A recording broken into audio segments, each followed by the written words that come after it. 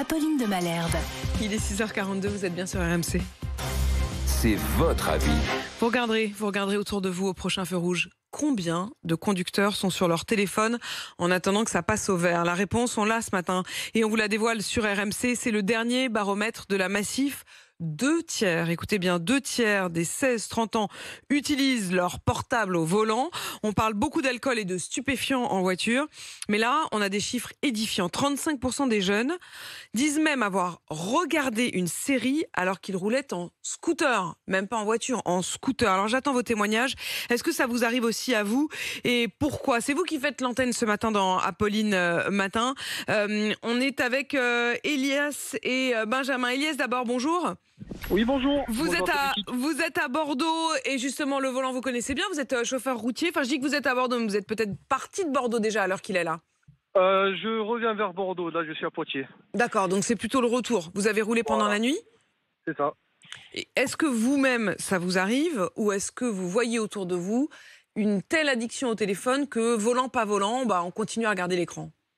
Les deux. Je suis moi-même addict. Et quand je double d'autres véhicules, je vois qu'ils sont aussi au volant. Ouais. Et ça, de tout âge. Les gens, franchement, c'est tout âge. C'est pas que les jeunes qui sont concernés, vraiment. Ouais.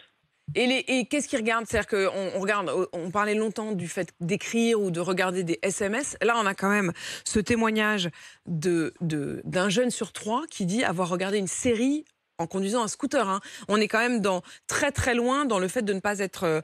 de ne pas se dire, attention, quand je suis au volant, je distingue bien l'écran du volant. Ça vous est arrivé de regarder carrément un film Pour ma part, les films, non, parce que je trouve que c'est pas confortable pour suivre. Mais Ouais. ça m'est déjà arrivé de jeter un œil de temps en temps sur un match de foot. Je regarde, pendant quand je travaille les soirs de Ligue des Champions, ça m'est déjà arrivé de voir les matchs. Alors j'avais ma technique, je mettais sur le tableau de bord le téléphone et souvent dès qu'il y avait des actions chaudes, je regardais, je jetais un œil tout en étant prudent. J'avoue que c'est irresponsable, j'assume complètement et je pense que je vais pas arrêter, mais malheureusement. C'est vraiment une addiction, quoi. Ah non, mais je trouve ça très... Non, mais il y a plein de choses dans... Moi, je vous jette pas la pierre. Je dis juste que, attention, là, on est quand même dans un comportement qui est extrêmement dangereux, vous le savez vous-même. Surtout qu'en plus, quand c'est le foot, il y a des accélérations. C'est-à-dire qu'il y a des moments d'émotion, il y a des moments de réaction. Elias, vous dites tout en étant prudent, c'est évidemment pas du tout prudent. Enfin, vous vous êtes déjà fait peur en regardant le téléphone? Franchement, non. La vérité, la nuit, je suis sur autoroute, je suis dégagé. Je fais attention à mes angles morts, quoi qu'il arrive, je regarde les rétros. Voilà, franchement, je suis très prudent. Malgré tout, je suis très prudent. Je touche du bois, mais je suis très prudent. Mais j'avoue, j'ai conscience du danger, il n'y a pas de souci. Mais là, Charles, la passion du foot est plus forte, malheureusement. Je comprends, mais il y a RMC pour ça. C'est Elias. ça, c'est ce que j'allais vous dire, Elias. Vous coupez l'écran et vous écoutez RMC, c'est encore plus fort. Vous avez les images dans la tête et vous avez Jeannot Séguier. Donc honnêtement, en général, ça reste vivant. Rien de tel que l'image pour voir notamment, par exemple, le Bayern s'imposer par des Princes. Ça, c'est Oui, vrai. ça va. Oui, je sens qu'il y a chez vous un peu de sadisme, Elias. Je le sens. Totalement. Vous êtes à Bordeaux, c'est ça, Elias? C'est peut-être pas le matin pour faire les... Cela dit, Elias, ce qui me frappe aussi, c'est quand vous dites, quand je vous demande est-ce que vous avez déjà regardé un film ou une série, vous me répondez non parce que je trouve pas ça très confortable. C'est-à-dire que vous m'avez pas répondu non parce que je trouve ça dangereux, vous m'avez répondu non parce que je trouve pas ça très confortable de le suivre, le film. Ce qui veut bien dire que pour l'instant, ça reste quand même le plaisir qui prime sur le fait d'être en danger ou pas. Elias, restez avec nous. Il y a aussi Benjamin qui lui appelle de Limoges. Bonjour Benjamin. Bonjour. Vous êtes alors conducteur d'engin. Conducteur de quel genre d'engin? Camion, essentiellement. D'accord. Les 3/4 du temps, c'est du camion. Ouais. Donc c'est pareil, comme Ilias, je fais beaucoup de routes. Ouais. Et en fait, il a raison. Le téléphone, c'est tout âge. Et moi, ce que j'ai remarqué surtout, c'est qu'il n'y a pas que ça, en fait. Il n'y a pas que le téléphone. Il y a les gens qui ne regardent pas, qui ne sont pas attentionnés. C'est pas le problème qu'on fait une fixette sur les jeunes et sur les écrans. Mais en fait, c'est on a perdu conscience que conduire, c'est dangereux et ça implique beaucoup de concentration et de temps.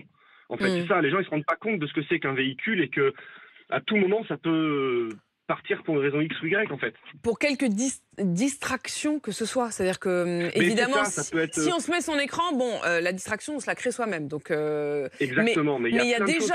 Ce que vous voulez dire, c'est que déjà, dans la vie normale d'un conducteur, il y a beaucoup de distractions. Comment vous faites, vous, pour pas y être sensible? Quelles sont les distractions qui pourraient, à un moment, vous faire dévier?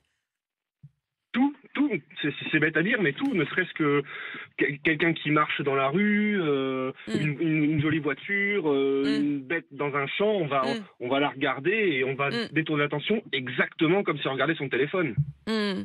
Et est-ce que vous avez eu des moments... que j'ai eu, juste pour exemple, le dernier accrochage que j'ai eu, c'est une personne âgée qui m'est rentrée dedans parce qu'il regardait la vache dans le champ, en fait. Oui, alors exactement. Et il m'a dit, je vous avais pas vu. Par ailleurs, Benjamin, vous dites que c'est le cas éventuellement d'autres conducteurs, mais c'est le cas aussi des piétons. C'est-à-dire que quand on roule en ville, tout à fait, il est quand même frappant. Moi, je ne sais pas ce que vous en pensez, Charles, mais en tout cas, notamment Paris, qui est quand même devenu une véritable jungle, où il y a les vélos, les piétons, les bus, les voitures, tout le monde, les trottinettes, évidemment, tout le monde cohabite, et un peu dans tous les sens, puisque désormais, pour ce qui est des vélos et des trottinettes, il y a un peu moins de sens interdit. C'est-à-dire que vous pouvez aller en contresens, etc. Et parfois, vous en avez qui, en plus, regardent le téléphone portable. C'est-à-dire que vous avez le piéton qui regarde le téléphone portable. Pas seulement le conducteur, hein. Le piéton zombie. On appelle ça des piétons zombies. Ouais. C'est exactement ça. Ils ne regardent plus où ils vont, qui déambulent avec les yeux rivés sur l'écran. Elias, si on vous disait demain, c'est vrai, enfin, d'ailleurs, on vous le dit aujourd'hui, hein, c'est totalement interdit, mais vous pourriez carrément, je sais pas, perdre votre assurance, perdre votre permis. Vous n'avez jamais eu peur aussi de ça, c'est-à-dire au-delà de la peur de l'accident, vous n'avez pas la crainte du gendarme? Mais en vrai, la sanction pour regarder à l'écran, elle est déjà très dissuasive, parce que on n'est pas puni de l'usage du téléphone au volant de 90 € et 3 points. Je crois que c'est un truc comme 1 500 € d'amende. J'allais y revenir parce que je vous ai dit au départ, est-ce que vous avez pas peur du... Mais c'est vrai que en réalité, ça devrait être absolument rédhibitoire. C'est-à-dire qu'on devrait se dire, j'ai trop peur de cette amende, de cette interdiction. Mais non, c'est pas le cas, Elias. Je fais ça discrètement. Voilà, pas vu, pas pris. Mais pour l'instant, comme je vous l'ai dit, je touche du bois. Voilà, pourvu que ça dure. Bon, pourvu que ça dure, et en même temps, j'ai quand même envie de vous dire, si vous aviez le courage de mettre le téléphone sur le côté ou dans la boîte à gants, évidemment, ce serait pas plus mal. Elias et Benjamin, merci à tous les deux d'avoir témoigné ce matin cette distraction, comme vous dites, mais aussi cette volonté de continuer à se distraire tout en étant au volant. Je vous rappelle ce chiffre édifiant, 30% des jeunes conducteurs de scooters disent avoir déjà regardé une série sur leur téléphone tout en étant au volant, au guidon, je devrais dire, du scooter. Il est 6h50 et vous êtes bien sur RMC.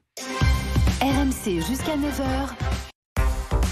24 000 €. 24 000 €, c'est la somme qu'on vous offre ce matin sur RMC Story. L'équivalent de 2 000 € par mois pendant 12 mois. Et pour ça, il faut répondre à cette question. Quel événement sportif aura lieu en France en 2024 ?